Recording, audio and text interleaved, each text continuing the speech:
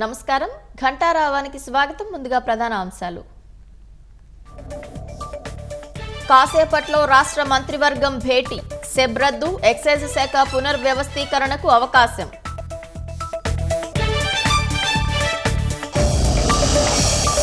Kadapa mayor సహా 15 మందిపై case నమోదు, police విధులకు ఆటంకం కలిగించారని చర్యలు.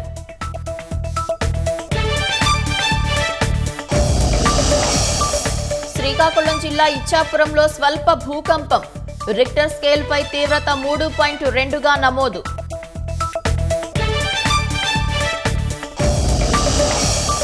ఆలయాల్లో ఆధ్యాత్మికత పెంచేలా ప్రభుత్వం చర్యలు, అర్చకుల వేతనాలు భారీగా పెంపు.